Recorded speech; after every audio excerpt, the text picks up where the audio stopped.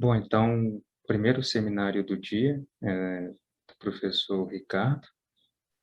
O Ricardo, ele possui graduação em Física pela USP, mestrado em Física pela USP e doutorado em Física pela USP. Foi pós-doutorando no Instituto de Física da USP, professor assistente na Unifesp e atualmente é professor no Instituto de Física Teórica da Unesp.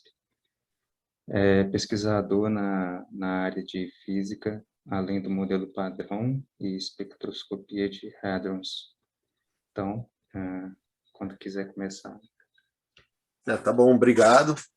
Obrigado pelo convite. Eu sempre gosto de falar no Paulo Leal, fazia tempo que eu não participava. E hoje eu vou falar dessas duas coisas que ele falou que eu trabalho.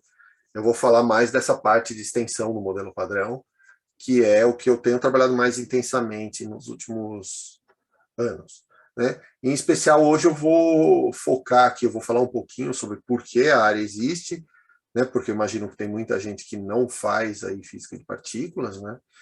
E aí é apresentar um método que a gente tem usado, que até é uma coisa mais computacional e que pode ser útil até para quem não está na área de física de partículas, né? Então, só para dar um contexto inicial, né, o que é eu quero que vocês saibam o que é física de extensão do modelo padrão, mas primeiro tem que dizer o que é o modelo padrão. Certo? O modelo padrão de física de partículas, ele é a tabela periódica moderna, certo? É a coisa mais profunda que a gente sabe sobre o conteúdo da matéria, o que compõe a matéria, né?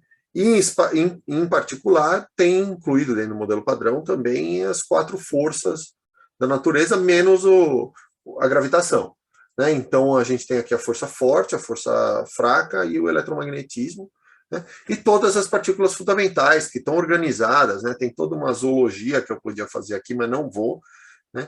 Mas que estão organizadas aqui em grupos, né? As principais distinções que eu acho que vale a pena falar aqui são entre os quarks, né? Então esses caras em verdes aqui são os quarks, que são distintos dos leptons justamente por ter uma força a mais, que é a QCD, que é a força intermediada pelo gluon, né? E aí todo mundo interage com esses três caras aqui, que é o fóton, que faz o eletromagnetismo, o Z e o W. Claro, o fóton só interage com os caras que têm carga aqui, os neutrinos têm carga zero, não interage com o fóton, né? E finalmente tem o Higgs separado aqui, que é o cara responsável por gerar massa para todas as partículas que têm massa nessa tabela, né? E isso aqui está, grosso modo, organizado por spin. Então, todo mundo nesse bloco inicial aqui tem spin meio. Esses bósons que dão o que a gente chama das forças tem spin 1, e o Higgs é um bóson de escalar, de spin 0. Certo? E esse modelo é extremamente bem sucedido em descrever todos os fenômenos que a gente vê na física partículas, né? De fato, especialmente a parte da QD, né, que é a interação do elétron com o fóton, essencialmente, né, e você pode juntar dois quarks desses, formar um próton e pronto, dá toda a física atômica, né? Esse setor é provavelmente a teoria científica mais bem testada que a humanidade tem, né? Testada em uma parte em 10 a 10, tem comparação entre medida e experimento com essa precisão na parte de QD do modelo padrão, né? Então, você pode estar tentado a dizer, então acabou, né? A gente já descreveu tudo que precisava descrever na física de partícula, não precisa fazer mais nada, né? Mas não é bem assim. Tem uma série de coisas que não são descritas pelo modelo padrão e outras que, apesar de serem descritas pelo modelo padrão, existem motivos para estar insatisfeito, ou seja, para continuar procurando. Então, eu vou focar em duas questões aqui, inicialmente, mas tem várias, né? No fim, eu listo todas, né, ou a maioria, né? Então, a primeira que eu gostaria de falar é sobre, na verdade, não é um problema do modelo padrão, é mais uma limitação do modelo padrão, que vem dessa estrutura em gerações aqui, né? A gente pode chamar isso aqui de estrutura de gerações, de famílias, de sabor, todas essas palavras foram usadas para descrever, né? Mas o fato é que se você anda em qualquer linha aqui, ó, você vê partículas que são extremamente parecidas entre si. Então, o quark U, o quark C e o quark top têm a mesma carga, mesmas interações, mesmo spin. A única diferença entre eles é que a massa vai aumentando para a direita aqui. O resto é todo igual. A mesma coisa vale aqui, a mesma coisa vale aqui. Nos neutrinos, a gente não sabe bem como estão ordenadas as massas. Mas, de qualquer forma, a diferença entre esses neutrinos é basicamente massas. De resto, eles são todos muito parecidos. O que muda é esse sabor, né, que é meio que esse rótulo que a gente coloca na partícula, né, chama esse de elétron, esse de míon, mas esse rótulo às vezes está ligado a conservações. Por exemplo, um míon não pode simplesmente virar um elétron, então tem uma conservação de sabor. Né? Mas tem já aqui uma certa estrutura que eu poderia chamar de periódica. Sabe, você vê como foi visto na tabela periódica, antes da descoberta da estrutura do átomo, você via certas propriedades que iam se repetindo. Né? Claro, isso aqui ainda não está do tamanho da tabela periódica, né? Mas dá aquela coceira de pensar se não tem uma física por trás disso. Isso é o que a gente chama de física de sabor. Né? Dentro do modelo padrão, essa diferença de massa entre esses caras é modelada por esse termo. Isso aqui é uma lagrangiana de uma teoria de campos. Certo? Se você não sabe o que é isso, não precisa esquentar a cabeça. O importante é que aqui eu estou colocando uma interação onde esses psis são os quarks, ou os leptons, são os férmions, os caras de spin meio, e esse φ aqui é a partícula escalar do modelo padrão, é o Higgs. E tem aqui um acoplamento, que mede quão intensa é a interação desses caras com o escalar. Certo? Esse escalar tem uma propriedade bem particular, que é o que a gente chama de quebra espontânea de simetria, né? Que ele, mesmo quando eu tiro todas as partículas do Higgs de uma certa região do espaço, então eu vou para o estado de menor energia do sistema, só sobra um vácuo lá, eu ainda tenho alguma coisa, que é uma densidade do vácuo, um valor esperado no vácuo para o Higgs. Quando eu substituo esse H aqui, que é um número, certo? Quando eu substituo isso aqui, eu acabo com um termo que tem, falta um raiz de 2, aqui tinha que estar normalizado, né? Eu acabo num termo que tem psi barra psi e um número na frente, que é o produto daquele acoplamento por esse valor esperado no vácuo e uma normalização, certo? E esse tipo de termo, numa lagrangiana de teoria de campos, é o que dá massa para as partículas. Então, a massa dos férmions vai ser proporcional a esse valor esperado no vácuo, esse V aqui, certo? Que é um número, é 246 GeV, certo? E essa intensidade do acoplamento. E aí você acerta todas as massas lá, escolhendo esses Y. Certo? É assim que você explica a massa de todos os férmions do modelo padrão. Você põe um parâmetro para cada massa e põe o número que tem que ser. Certo? Você está fitando, não está achando nenhuma explicação mais profunda do porquê dessa estrutura de famílias. Para vocês terem ideia, olha a diferença de grandeza entre esses acoplamentos. Então, o que eu estou dizendo é que eu tenho partículas no modelo que se acoplam com um acoplamento de ordem 1, com o bóson de Higgs, aí dá essa massa, a massa do top, né? E tem outros, como o elétron, que tem uma massa bem menor, notem que aqui é mega eletronvolt, aqui é giga, certo? Que tem um acoplamento bem menor, que é da ordem 10 a menos 6. Então, são parâmetros livres da teoria e que cobrem um intervalo enorme de muitas ordens de grandeza, certo? 6 ordens de grandeza só nesse pedaço. Se tiver pergunta, pode fazer, viu? Estou vendo mão levantada. Pode interromper e fazer. Eu fiz uma apresentação que eu acho que é curta, dá para fazer pergunta. Bom dia, você está me ouvindo? Tô sim. Então, só uma pergunta, não sei se eu entendi direito, porque você falou que esse parâmetro aí de Yukawa, esse Y, ele é ajustado para você conseguir determinar as massas das partículas do modelo padrão, mas esse V aí você já meio que obtém ele. Como é que esse V é determinado? Tem outros lugares que você consegue medir o V, em particular, quando você descobriu a massa do bóson W e do bóson Z. Ah, tá. Então, eu vou mostrar todos os parâmetros do modelo padrão e o VEV do Higgs, que é esse V, você tem outras medidas independentes da massa dos férmions que você consegue fazer para determinar ele. Ah, entendi. Beleza. Obrigado. Então, a gente tem esses parâmetros no modelo padrão, e se eu coloco para vocês uma tabela de todos, eu posso usar como parâmetro os y, né? Mas eu também posso fazer uma mudança de base e dizer que os parâmetros são as massas, certo? O importante é manter o número de parâmetros. Então, aqui está uma base para os parâmetros do modelo padrão, certo? Isso é quantos parâmetros independentes o modelo padrão tem, cada linha nessa tabela aí, são 19, certo? E aqui está o que depende dos Yukawas, né? Então, você vê que de todos os parâmetros do modelo padrão, dos 19, 13 são justamente essas interações dos fermions com os Higgs, né? Praticamente o modelo padrão inteiro é ajustar esses parâmetros aí, né? De fato, se você inclui os últimos dois, que é esse que o Rafael acabou de perguntar, que é o VeV do Higgs, e a massa do Higgs, que também tem a ver com o potencial do Higgs, ou seja, com as interações do Higgs, né? Você vê que dos 19 parâmetros do modelo padrão, né, 13 mais esses dois aqui, 15, são ligados a interações do Higgs. A gente tem 15 parâmetros para parametrizar o Higgs e 4 para todo o resto, que são os 3 acoplamentos de gauge da teoria, que dão as 3 forças, né, a fraca, a elétrica e a forte, certo? São esses outros 3 acoplamentos. E aqui é uma coisa de violação do CP na QCD. O resto é tudo interação do Higgs, né?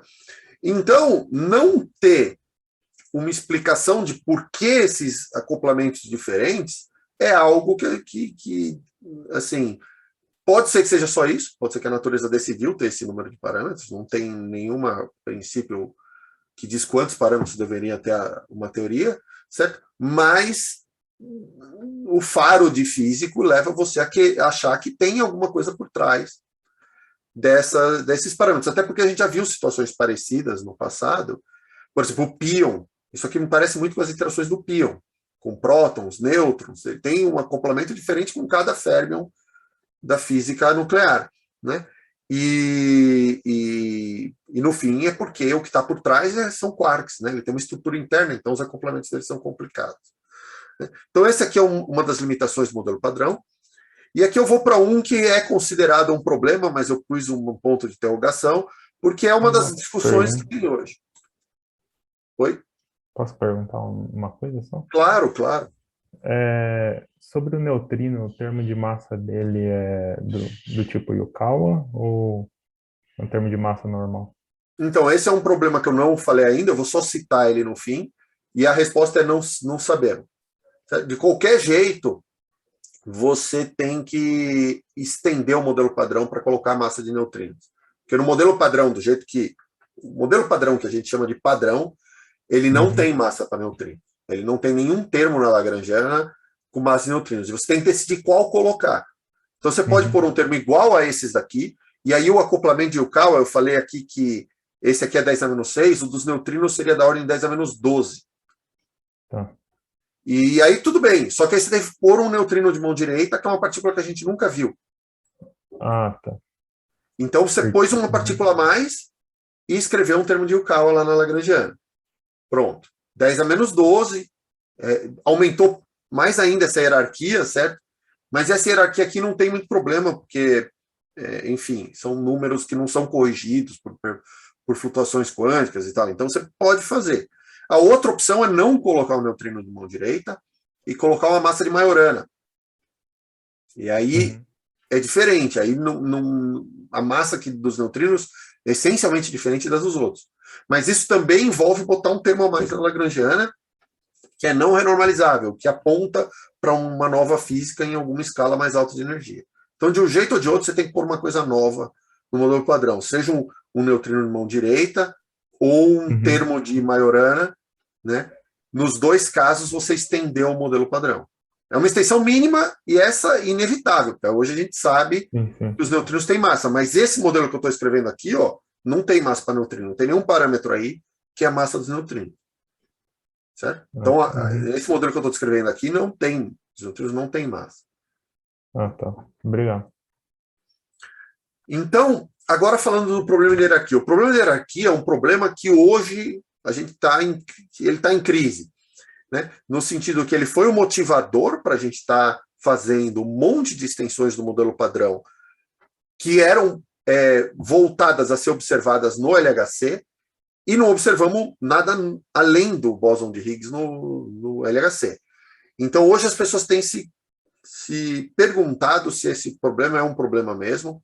Eu vou tentar dar aqui para vocês um sabor de qual é o problema. Então, aqui está o pedaço da lagrangiana do modelo padrão que envolve o bóson de Higgs, né? Então, esse potencial do Higgs é importante, e ele é um potencial que tem o campo ao quadrado mais a quarta. Então, um termo quártico mais um termo ao quadrado, certo? E isso, se o esse kappa aqui for negativo, gera um potencial que no começo ele cai, certo? A parábola está virada para baixo, e depois o termo quártico ganha e vira para cima, certo? O potencial daquele campo. E isso gera uma quebra espontânea de simetria, certo? O importante é que isso aqui, né, a nível árvore no modelo padrão, ou seja, sem levar em primeira ordem na teoria de campos, vai produzir um bóson de Higgs que tem uma massa dada por isso daqui. Aqui já tem o VeV de novo, aquele 246, e o lambda é esse parâmetro a mais, que você só descobre depois que você mede a massa do Higgs, certo? Até aí tudo bem. Essa é a massa do cara, e descobrir a massa, e se você já sabe o VeV, fixa esse parâmetro aqui. O problema é que, em teoria de campos, você tem que levar em consideração também as correções quânticas. E partículas escalares, isso é uma propriedade que é difícil de dar uma explicação intuitiva, tem que realmente entender a teoria de campos, mas partículas escalares não estão protegidas de correções quânticas enormes, né? Então, no caso do Higgs em particular, tem uma correção que isso aqui é um par de tops sendo produzidos no vácuo. A gente sabe que o vácuo quântico é complicado, tem coisas acontecendo lá o tempo todo, e em particular em teoria de campos, você tem essas produções de pares. São pares virtuais que se produzem e aniquilam o tempo todo. Certo? É baseado nisso que tem evaporação de buracos negros do Hawking, etc. Certo? Um par desse é produzido perto do efeito horizonte, um é engolido, outro escapa, certo? E o Higgs interage com esses caras. E a correção para a massa deles é dada por isso aqui. Certo? Onde o lambda que entra aqui é o cutoff do modelo padrão. Cutoff é um parâmetro que entra em teorias de campos de forma quase inevitável, que diz até onde a teoria vale. Porque você está descrevendo certos graus de liberdade, e se você vai aumentando a energia do experimento, pode ter algum lugar onde você acha partículas novas, ou onde você enxerga a estrutura interna das partículas que você achava que eram fundamentais. Então, a gente viu isso acontecer várias vezes. Certo? Você olhou de perto o átomo, você descobriu o núcleo e elétron. Você olhou de perto o núcleo, você descobriu o próton. Você olhou de perto os prótons, você descobriu quarks. Tudo isso aí são cutoffs que você vai passando e que você tem que mudar os componentes básicos da sua teoria, os graus de liberdade. Então, esse cutoff mede isso, né?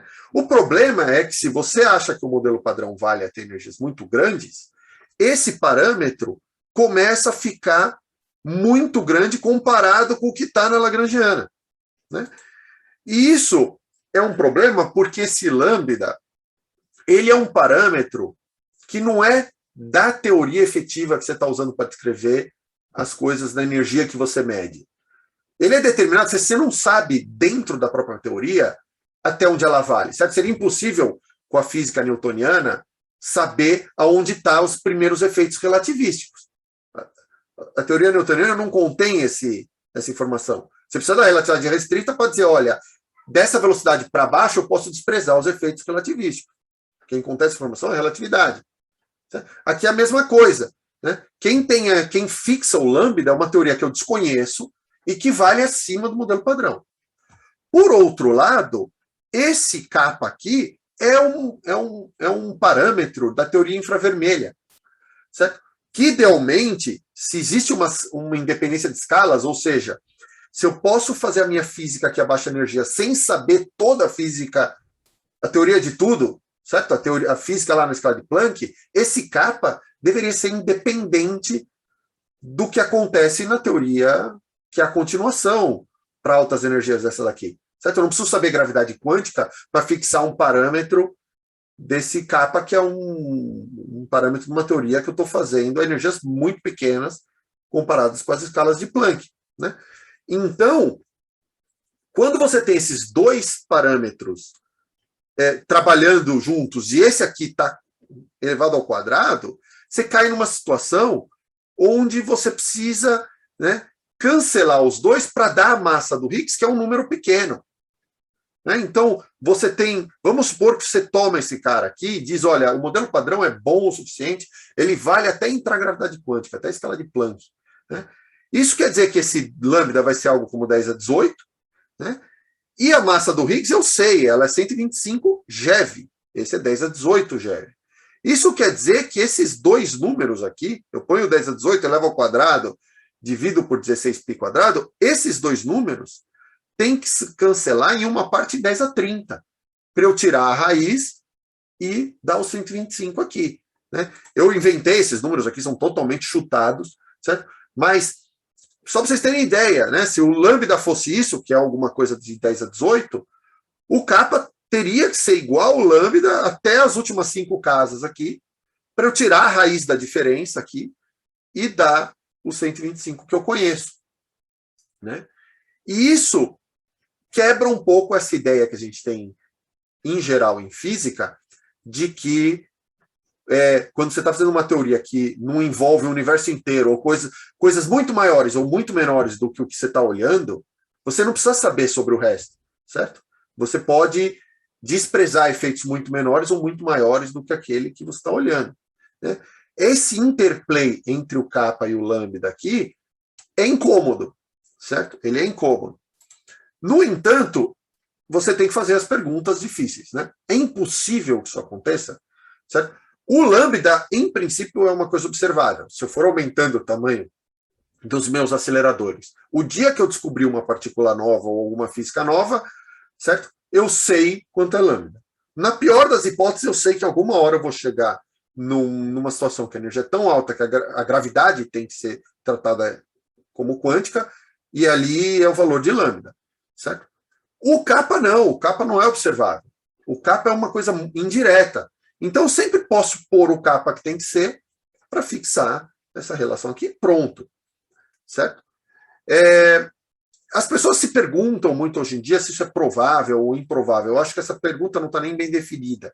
Ela só faz sentido se você começa a falar de multiverso e outras coisas que talvez não sejam ciência. Agora, as duas questões que eu acho que são importantes é se isso aqui é interessante ou se vale a pena investigar. Né? Em particular, de novo, é uma questão de faro, né? De físico. Quer dizer, tem um fenômeno que só acontece com partículas escalares, né? Que é esse cancelamento enorme, e isso, no passado, significou que todas as partículas escalares que a gente conhece até agora, com exceção do Higgs, elas estavam perto do limite de validade da teoria ou tinham alguma propriedade muito especial para estar longe do limite de validade da teoria. Né? Então, esse é por isso que as pessoas têm olhado e achavam que no LHC iam aparecer partículas novas. Né? Se você pergunta para um teórico como eu resolvo esse problema, ele vai te dizer que é fácil. Né? Basta assumir que o modelo padrão não vale até a escala de Planck. Aí você pode se perguntar qual é o número que eu posso pôr aqui e que o cancelamento é de ordem 1. E a resposta é 10 a 3 GeV. 10 a 3 GeV é 1 TeV, são as energias que a gente está olhando no LHC. Né? Então, nesse caso, teria nova física em 1 TeV e não tem problema da hierarquia. Né? O problema é que se você perguntar para um experimental, ele vai dizer, tá, a gente já está olhando 1 TeV em alguns casos para certas buscas específicas por novas partículas, já estão excluídas até 9, 10 TeV e não vimos nada. Então tem uma tensão aí que está fazendo as pessoas revisitar, e é por isso que eu pus tantas interrogações aqui, o problema de hierarquia. Né? A gente ainda não tem uma forma teórica de resolver ele bem, certo? Mas tem gente desconfiada que talvez a gente está caçando a pergunta errada, simplesmente pelo fato de não ter achado novas partículas no LHC ainda. E aí aqui eu vou levantar o ponto do porquê eu acho que o método que eu vou apresentar para vocês aqui é interessante. Né? Então vamos falar um pouco, já, né, nós vamos falar um pouco sobre como essas novas partículas são buscadas no LHC e ver se pode ter buracos nisso. Né? Aqui eu só listei outros problemas do modelo padrão. certo? Dois deles gritantes, né, que já são problemas experimentais, não são problemas teóricos. Um não tem matéria escura no modelo padrão, certo? Simplesmente nenhuma daquelas partículas que está no modelo padrão pode ser matéria escura, e tem matéria escura em observações diversas, certo? A outra já me perguntaram, a massa dos neutrinos, certo? Não tem massa dos neutrinos no modelo padrão, porque os neutrinos que estão lá são só de mão esquerda, né? E se você quiser pôr a massa de Yukawa, tem que pôr os caras de mão direita ou fazer outras coisas. E aí aqui tem uns problemas um pouco mais teóricos, né? Tem um outro ajuste fino, parecido com o problema da hierarquia, que faz com que a evolução de CP da QCD seja muito pequena. A gente não tem no modelo padrão um mecanismo tranquilo para produzir mais matéria do que antimatéria no universo, certo? Que é o que a gente chama de bariogênese. Mas isso também pode ser uma questão teórica, né? Mas o fato é que todos esses problemas, os dois que eu citei, esses 4 aqui, mais alguns que eu não coloquei, precisam de nova física, e é isso que é a física além do modelo padrão, né? O que a gente chama de física de extensões do modelo padrão, ou Beyond Standard Model em inglês, né? Esse BSM aqui, né? São teorias onde você põe algumas simetrias, algumas partículas a mais, interações, se você coloca bósons de gauge, sabe? Você põe coisas a mais no modelo padrão. Essas teorias contêm o modelo padrão, porque você sabe quando você vem para a base de energias, você tem que cair nesse modelo que é super bem testado, mas elas estendem ele em alguma direção para resolver um subconjunto desses problemas, né? Tem várias classes de modelos, né? Os modelos que os teóricos mais trabalharam e mais gostavam foram modelos que a gente chama de V complete, que é um modelo que estende o modelo padrão e que não tem problema nenhum de estender até a escala de Planck, certo? Então, esses são os modelos que tinham chance de ser os modelos definitivos, né? E um exemplo mais famoso é supersimetria, né? E os teóricos trabalharam muito nesses modelos. O problema é que os experimentais, esses modelos, o V complete, têm muitas partículas novas. E os experimentais, em geral, põem restrições sobre versões muito simplificadas desses modelos. Então, aqui já tem uma tensão. Esses modelos têm uma liberdade enorme de parâmetros e número de partículas, e os experimentais têm que se focar num subconjunto desses modelos, em versões simplificadas deles, que tem uma ou duas partículas novas, né? Outra opção são modelos que estendem o modelo padrão um pouco, mas também não são válidos até energias arbitrariamente altas, né? Então, um exemplo famoso é modelos em que o Higgs é composto, né? Então, você diz, olha, eu tenho uma certa estrutura interna do Higgs, né? E foi esse modelo que eu ataquei no trabalho que eu vou falar para vocês hoje. E aí acaba o problema de hierarquia, porque não faz sentido colocar correções para energias muito altas no Higgs. Ele nem existe a energias muito altas, ele quebra, como um pion, certo? Alguma hora você não está mais vendo o pion, você está vendo 2 quarks. Um quark e um antiquark, certo? Então, esse é um outro jeito de resolver. E tem um quarto que é não fazer modelo nenhum. Isso aqui é uma teoria efetiva, né? É o que mais tem sido estudado hoje em dia, porque o que você faz? Faz parecido com uma expansão em multipolo, né? Imagina que eu estou tentando escrever uma coisa que tem uma certa distribuição de carga, e eu não sei exatamente como a carga está distribuída. Eu posso escrever isso como monopolo, mas dipolo, mais quadrupolo, mais octopolo. Você está escrevendo a coisa mais geral possível que descreve qualquer distribuição. E você pode fazer a mesma coisa em teoria de campos. Você pode botar operadores efetivos que descrevem qualquer física nova sem você ter que assumir qual é essa física nova, e aí o que sobra é determinar os parâmetros desses caras, né? O problema é que em qualquer caso que você siga, qualquer coisa que você faça nesse caminho, vai ter uma quantidade enorme de parâmetros. Então aqui eu botei só um exemplo, eu não vou falar muito sobre ele, de uma extensão de modelo padrão, e só que em 2 pedacinhos dessa lagrangiana já tem esse monte de parâmetros. E estudar e botar restrições num parâmetro num espaço multidimensional de parâmetros é complicado. Fica mais complicado ainda porque esses parâmetros da lagrangiana não estão ligados diretamente aos observáveis, né? Você tem que fazer uma conta para determinar as grandezas físicas do modelo, então massa, largura, em quem o cara decai, Mas mesmo isso não é diretamente observável. O que é observável diretamente são distribuições, né? Então, em que direção as partículas saem, distribuição em momento. Então, aqui está mostrada a distribuição de momento do Higgs em 3 modelos diferentes. Certo? É um histograma, quantos Higgs saem com cada energia, uma distribuição. Certo? E isso é o que se observa, e aqui é que você quer, é o que você quer por restrição. Né? Então, historicamente, as pessoas lidaram com isso, de 2 jeitos. Né? Em geral, dos 2 jeitos ao mesmo tempo. Do lado teórico, você reduz a dimensionalidade do seu espaço de parâmetros, fazendo alguma suposição física. Né? Então, por exemplo, assumir que aqueles parâmetros que são complexos, em geral, assumir que eles são reais, elimina a violação de CP, que é uma simetria. Então, se eu não estou tentando descrever violação de CP, eu posso fazer isso. Né? Igualar outros parâmetros aumenta a simetria, então você faz suposições, algumas simplesmente para simplificar e outras porque você está dirigindo a física para algum lado. Do outro lado, você pode escolher características no seu modelo que são interessantes. Então você fala, eu estou procurando matéria escura, então eu quero uma partícula viva há muito tempo, ou seja, estável. É mais fácil achar partículas estreitas e leves. Então, eu vou escolher um modelo num lugar do meu espaço-parâmetro que tenha uma partícula leve e estreita. Certo? Isso é parecido com aquela piada do cara que está procurando a chave do carro embaixo da lâmpada. Não é porque a chave é mais provável que ela esteja ali, é porque é o lugar onde ele consegue achar. Longe da lâmpada é escuro, e mesmo que seja mais provável achar a chave em outro lugar, é melhor procurar onde é fácil achar. Certo? O que é razoável, mas nós não achamos embaixo da lâmpada. Então, os modelos simples, que eram fáceis de achar, estão todos excluídos já.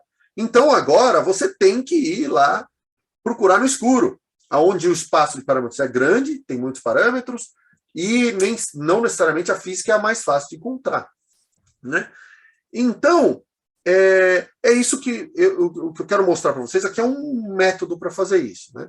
Então, você tem vamos supor, você está com algum modelo e você tem lá um monte de parâmetros no espaço de modelos. Né? E eu quero agrupar vejam, aqui é um espaço multidimensional, eu posso escolher qualquer ponto desse, uma lagrangiana diferente, eu estou mudando os coeficientes da lagrangiana. Certo? E eu quero agrupar esses caras em grupos que sejam semelhantes com algum critério. Né? E um jeito de fazer isso é pegar para cada ponto desse e simular os observáveis, né? Porque você pode fazer isso olhando aqui, ou pode fazer olhando direto no que você vê no experimento. Né? Mas se você faz com os observáveis, aí você está agrupando os pontos do seu espaço de parâmetros usando, de fato, o que se vê lá no experimento. Né? Então, e além de tudo, depois que você faz esses grupos, você pode escolher um ponto dentro desse grupo que é parecido com todos os outros, em termos de comportamento lá no experimento. Né? E esse ponto é o que a gente chama de benchmark point. Então, a ideia é usar um algoritmo de clustering, onde você agrupa esses pontos e acha um representante de cada ponto, de forma que depois você tem um número finito de pontos, pequeno, que você fala, se eu excluir todos esses, eu basicamente excluí todo o espaço da minha teoria. Certo? Mas se eu entendi como cada um desses se comporta, eu entendi o comportamento, que tipo de comportamento aquela teoria pode me dar no detetor. Né? Então, isso é uma proposta que foi feita nesse trabalho aqui, inclusive essa Alexandra Carvalho, que foi aluna do IFT, que é usar um log likelihood para fazer isso. Então, basicamente, um jeito de decidir se 2 pontos são parecidos ou não, você pode comparar eles bin by bin, comparar os histogramas em quantos histogramas você quiser. Você pode pegar várias daquelas distribuições e olhar essas diferenças aqui. Né? E aí usar uma medida estatística, né, que é esse log likelihood, que, enfim, eu não vou entrar nos detalhes aqui, mas isso aqui vem da estatística bayesiana, tem uma série de vantagens de usar isso aqui, por exemplo, em relação a usar um Q quadrado, mas você poderia usar um Q quadrado também, se você quisesse, né, para decidir quais são os caras parecidos entre si. Né? Isso aqui dá uma medida, nesse caso aqui ela é 0 se os caras forem iguais, e ela vai ficando mais negativa quanto maiores são essas distâncias. Né? Então você pode usar um critério desse tipo para ir comparando todos os pontos do seu espaço de parâmetro. Né? Então você começa com uma coisa onde você diz cada ponto aqui é um cluster, certo? E você compara todos os pontos com todos os outros. Você faz uma matriz e calcula esse TS de todos com todos. E depois você vai dando passos onde em cada passo você acha qual é o ponto que tem esse TS min maior, né? E junta. Certo? Então esses dois caras eram os dois pontos mais parecidos de toda aquela matriz. Eu junto os dois num cluster. Faço a comparação de novo. Ah, juntou aqueles dois. Faço a comparação de novo. Até uma hora, né? E quando eu comparo um cluster grande com um outro cluster grande, eu olho todas as combinações 2 a 2 aqui. Até uma hora que eu tenho um número mais ou menos pequeno de grupos, de clusters, certo? Onde cada cluster é uniforme. Se você olha as distribuições, elas são parecidas. Esse ponto onde você para é subjetivo, certo?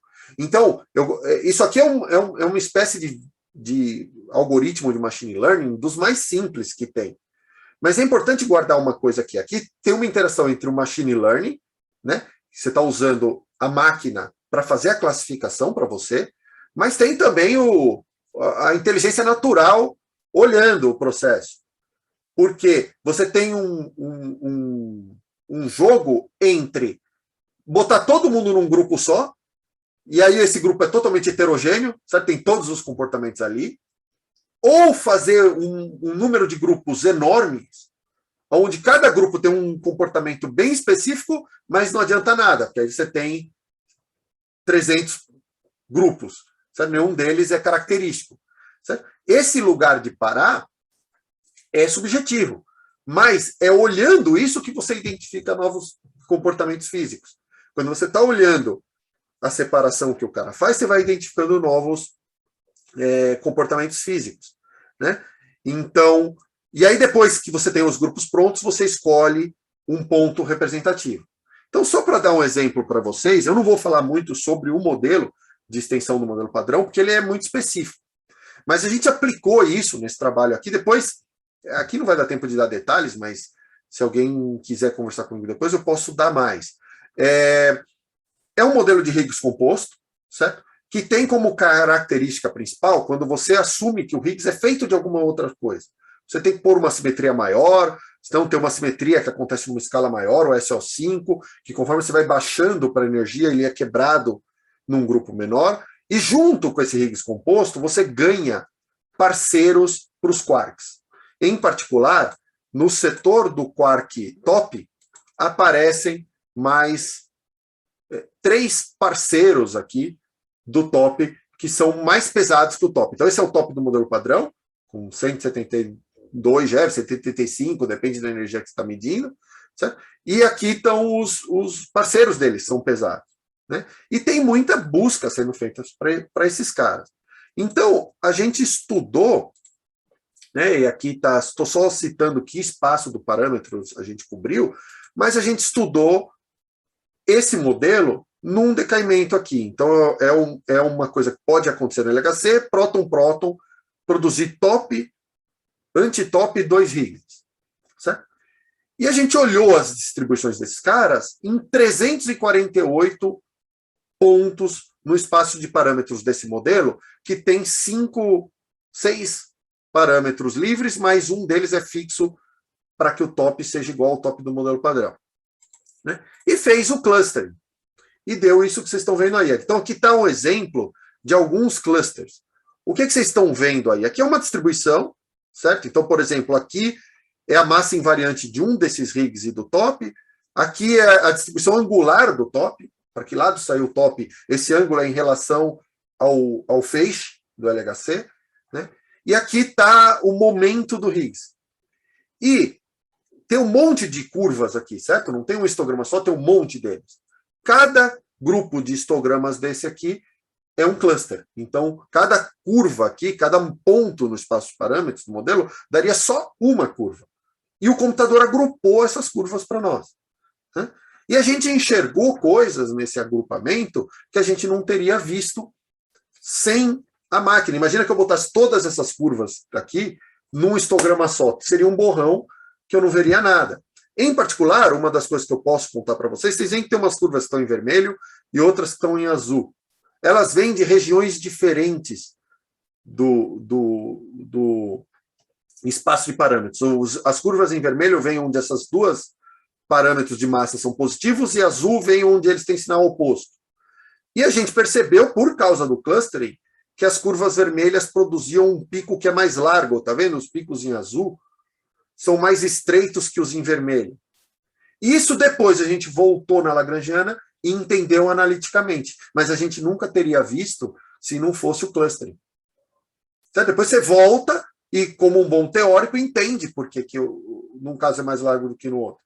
Mas perceber o efeito a gente não teria percebido sem o clustering. Né? Outro fato que a gente viu é que, muitas vezes, quando tem uma série de buscas procurando esses parceiros do top, né? E ele está excluído até 3 TeV, certo? Nas buscas normais. 3 não, desculpa, 1.3 TeV. Ele está excluído até 1.3 TeV. Né? Só que em todas essas buscas você assume duas coisas. Primeiro, que só tem um cara, ele é bem leve, e os outros parceiros do top são mais pesados. E segundo, que ele é razoavelmente, ele decai só em 3 coisas. W bottom, Higgs top e Z top. Né? A primeira coisa que a gente viu é que na maioria dos clusters nossos, isso não acontece. O pico do cara está sobreposto no pico dos outros parceiros. Então, essa suposição de que tem um parceiro do top relativamente leve e os outros são muito pesados, não vale para a maior parte do espaço de parâmetro, porque agora a gente está olhando ele todo, certo? E deixando a máquina classificar ele para a gente. Né? A gente não está com aquele viés do que é mais fácil de achar. É mais fácil de achar se é um cara leve isolado. Mas se tira esse viés, você vê que normalmente tem vários picos. Essa linha preta aqui é o representante desse cluster. Veja, ele tem 2 picos quase em cima um do outro. Aqui. Certo? O que dificulta muito de encontrar experimentalmente. E a segunda coisa é que a suposição de que ele decai em top Higgs, WB e TZ, e aqui está a porcentagem, certo? 31%, 47%, 22%. Essa é a suposição que todo mundo usa. Né? Ela não é válida, a gente acabou com 11 clusters, nesse caso aqui, ela não é válida em 10 dos 11 clusters que a gente achou. Certo? De fato, na maior parte dos clusters, ele praticamente não decai em B. De novo, essa aqui é a chance de decair em B. Certo? E ele tem um decaimento novo que ninguém nunca procurou, que é em 3 corpos. Na maior parte dos casos, isso é 10% do decaimento, e o B, que todo mundo assume ser 50%, é 0. Então, isso aí já põe, de fato, um limite sobre esse 1.3 TeV que eu falei. Ele é excluído nesse caso, certo? Se você dá mais espaço para a sua teoria, pode ser que esse limite de exclusão não é 1.3, é menos. Certo? Pode ser que a partícula está por aí, em algum lugar. Então, essas coisas têm que ser olhadas com cuidado, porque quando você vai para longe da lâmpada, voltando na minha analogia inicial, você tem mais liberdade, você tem fenômenos, e aquela exclusão, você falou, esse cara não foi encontrado, já não se aplica tão bem. Certo? Então, a mesma coisa aqui no outro caso, com os parâmetros mais altos, né? Fica pior ainda a situação, você vê, tem 2 clusters onde vale a suposição, mas tem todos os outros onde esse decaimento em 3 corpos passa de 50%. Ó. Quando os caras vão ficando mais pesados, você passa de 50% a quantidade de decaimentos nesse canal em 3 corpos. Né? Isso é importante porque se espera, no novo regime do LHC, excluir esse cara até perto de 3 TeVs. Você vê aqui já tem 2, 3. Aqui é a massa do cara mais leve. Né? Então, isso aqui eu sei que foi rápido, eu passei meio rápido pelo modelo, mas o que eu queria meio que vender para vocês hoje aqui é o método. Então, é importante notar, e aqui eu vou passar, né, de que esses algoritmos de classificação, de aprendizado de máquina, eles são úteis, mas o grosso do que você aprende está numa zona onde parte do trabalho é feito pela máquina e parte por você, né? Porque quando você está olhando a classificação, você adquire insights que você não teria de outra forma. Certo? E é aí que você aprende, porque aí você consegue voltar e tentar provar analiticamente ou entender quais aproximações estão gerando aquele comportamento. Né? Então, eu grifo o understand aqui. É diferente de fazer aquele machine learning que você fecha a caixa preta e o que sai, sai. Certo? E aqui, só falando do top partner, que é uma das conclusões do modelo aí, são essas duas coisas que eu falei, né? Dizer que as pessoas vão ter que alguma hora buscar esses decaimentos em 3 corpos, né? E que, enfim, que os modelos simplificados só restringem de verdade regiões muito pequenas do espaço parâmetro, muito específicas, né? E não se aplicam a todo o espaço. Eu acho que eu acabei no tempo certinho, né? Não, ou estourei. Não lembro, era até 10h30, né? Até 10h45, mas aí 10h30. Ótimo, deixa um tempo para perguntas. Eu achei que era até 10h30, eu corri um pouco no fim, então se alguém tiver dúvidas, pode perguntar.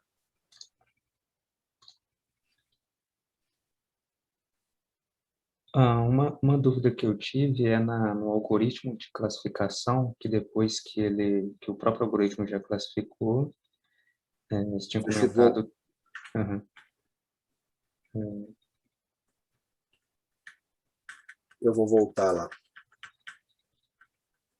Isso. A única coisa que eu não entendi muito bem é, depois que ele fez a classificação, a gente escolhe um ponto representativo. Ah, tá. Tá Mas aqui. o critério para escolher esse ponto eu não entendi. Qual que... A mesma medida estatística, certo? É o mesmo log likelihood, mas aí você faz só dentro do cluster. Então você pega todos os pontos dentro do cluster, compara com todos os outros dentro do cluster, certo? E pega o ponto, para cada ponto você consegue fazer isso várias vezes. Você pega o TS-min pior daquele ponto, certo? E depois escolhe o ponto que tem o TS-min mais perto de zero. É o ponto que, certo? Quando você faz isso, se você pega um ponto que está muito distante do outro, ele vai ter o pior TS-min dele vai ser mais baixo do que um ponto que está, entre aspas, no centro, porque ele vai estar equidistante de todo mundo. Certo? Certo. Se você pensar nisso do ponto de vista geométrico, é isso que você está fazendo. Se TS-min é como se fosse uma distância, e você está escolhendo o centro de massa. O cara que você vai escolher é o que está mais perto do centro de massa, onde a distância é uma medida de quão diferentes os histogramas que aquele ponto produz são. Né? Uhum. Então, você usa o mesmo... A vantagem de usar o mesmo teste estatístico é que eu só faço o cálculo dessas distâncias uma vez, lá no começo. Né? Eu monto uma matriz 348 por 348, eu sei a distância de todos os pontos para todos os outros. E dali para frente, quando eu estou fazendo clustering, eu não estou calculando de novo essas distâncias, porque isso ia ser impossível, o tempo ia ficar enorme. Né? Eu estou só olhando numa tabela, uma tabela 348 por 348, que além de tudo é simétrica, então eu só calculo metade da tabela, certo? Da matriz, e depois é só chamar o elemento da matriz, certo? Então isso é bem rápido. Gerar essa matriz demora, mas depois o clustering é feito em... Esse é o tipo de algoritmo que dá para você rodar no matemática num PC de mesa. Não é algo que demanda... Uhum. A matriz leva alguns dias para fazer, mas depois que você tem a matriz... Entendi.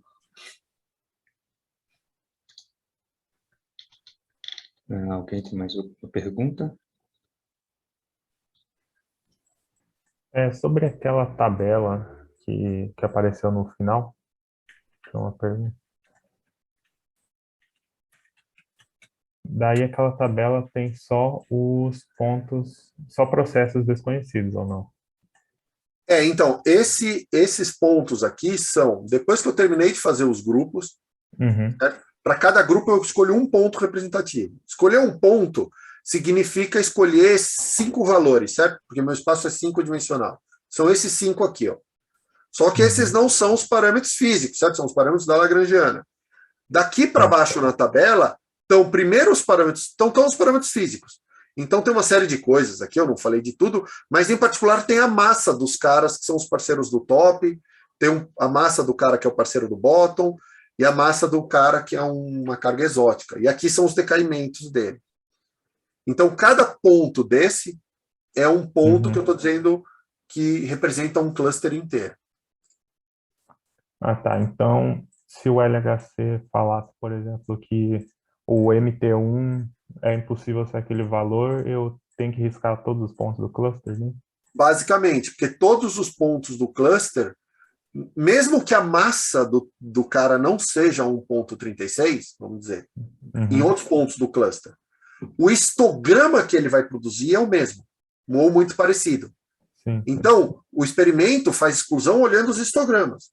Se ele excluiu esse ponto, ele vai excluir com grande probabilidade todos os outros do cluster. Claro, tem uma margem para erro aí, né? Mas se a exclusão é folgada, digamos assim, vamos supor que você excluiu esse cara com vários sigmas, certamente todo o resto daquele cluster vai embora também.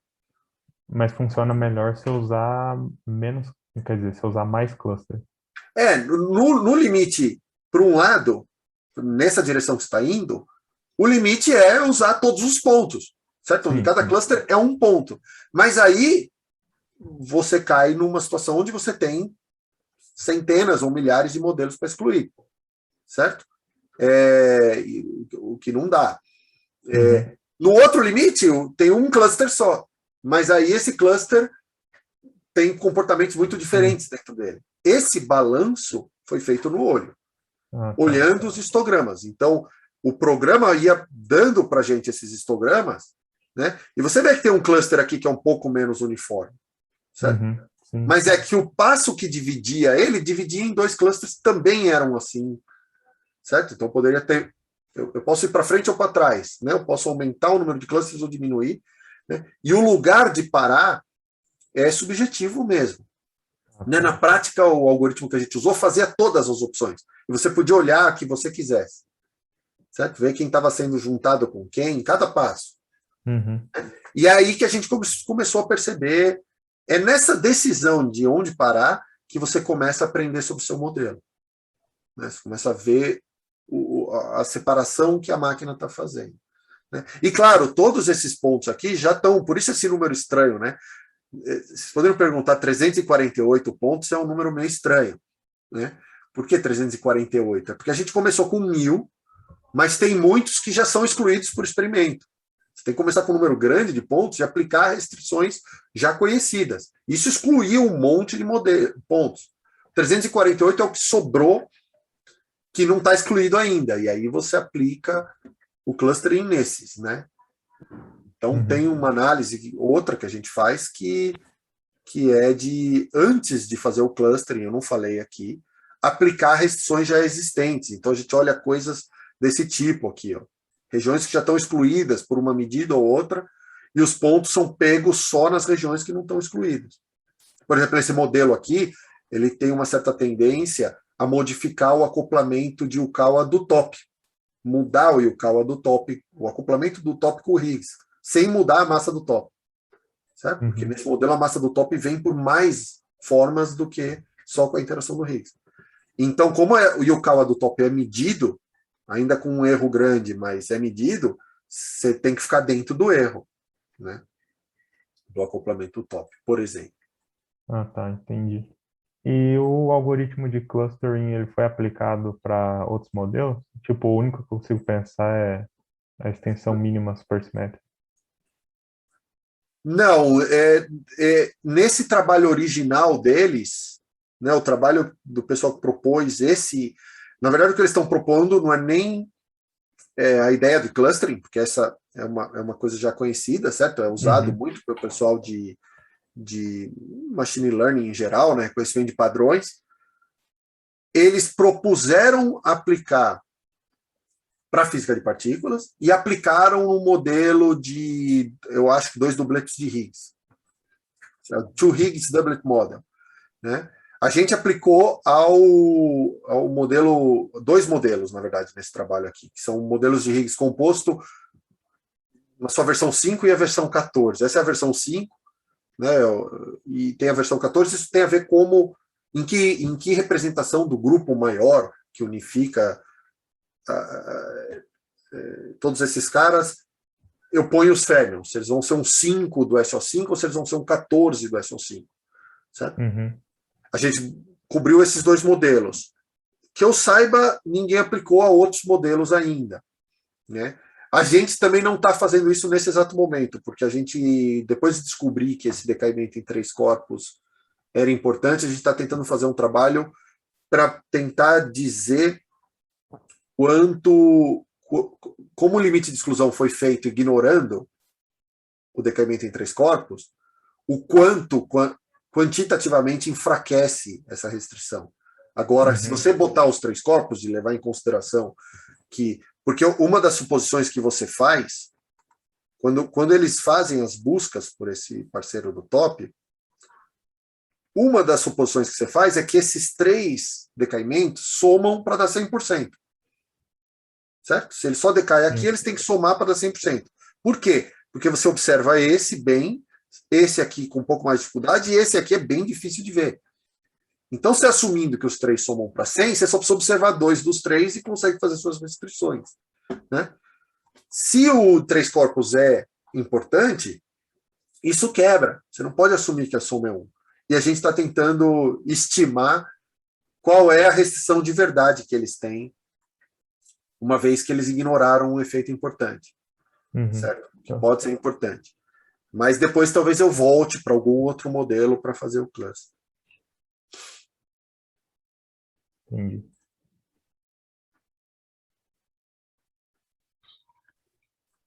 Alguém tem mais alguma pergunta? Como que está o status dos experimentos para testar essas previsões aí de cluster? O LHC está ligando de novo agora, né? Então, ele ficou desligado quase, eu quero dizer 2 anos, mas eu não tenho certeza. Pelo menos 1 ano e meio, para fazer upgrades. Então, eles acabaram de terminar os upgrades. Eu acho que semana passada teve até um evento ao vivo, que eles ligaram o feixe piloto de novo, né? O feixe piloto é para calibração e tal, você vai aumentando a luminosidade e energia, e depois que está tudo estável, você começa a fazer medidas de novo. Então, eu acho que o cronograma deles é para fazer medida de novo agora no começo do ano que vem, né? E aí entra numa fase nova, que vai durar vários anos e vai aumentar bastante a luminosidade. A coisa é que a significância estatística, ela cresce com a raiz do número de eventos que você mediu. Então, para a maior parte dos sinais que você não viu nada até agora, certo? Ou seja, eles não tem nenhum excesso lá, um pouquinho a mais, 1 sigma, 2 sigma, de eventos acima do que você esperava, que já é um indicativo, e com o aumento da luminosidade, isso poderia virar 3, 4, 5 sigmas, que é o que você chama de observação, certo? Para os que você não viu nada até agora, não vai ver nada, porque como cresce com a raiz da luminosidade, não tem como você transformar uma coisa que está 0 sigma em 5 sigma com a luminosidade que está prevista, certo? Mas, de novo, a maior parte dessas restrições são sobre coisas fáceis de ver. Os modelos complicados, onde você deixa tudo livre, esses são muito difíceis de excluir, muito, muito difíceis de excluir. Né? E portanto, ao mesmo tempo que é cedo para dizer que está tudo excluído, o problema de hierarquia não é um problema, não tem nenhuma partícula leve em torno de 1 ou 2 TeV, é cedo para falar isso rigorosamente, né? Por outro lado, o feeling da comunidade é que não vai encontrar mais nada. Né? Agora é feeling. Se você for ser rigoroso, a gente pode ser surpreendido por alguma coisa a qualquer momento. E é por isso que, não nessas coisas fáceis de ver, mas nas difíceis. entendeu? Pode aparecer agora um excesso de 1 ou 2 sigmas e um observável que ninguém tinha olhado até agora, né? E que quando você começa a olhar para as coisas mais sutis, você vê, e isso virá alguma coisa de nova física, né?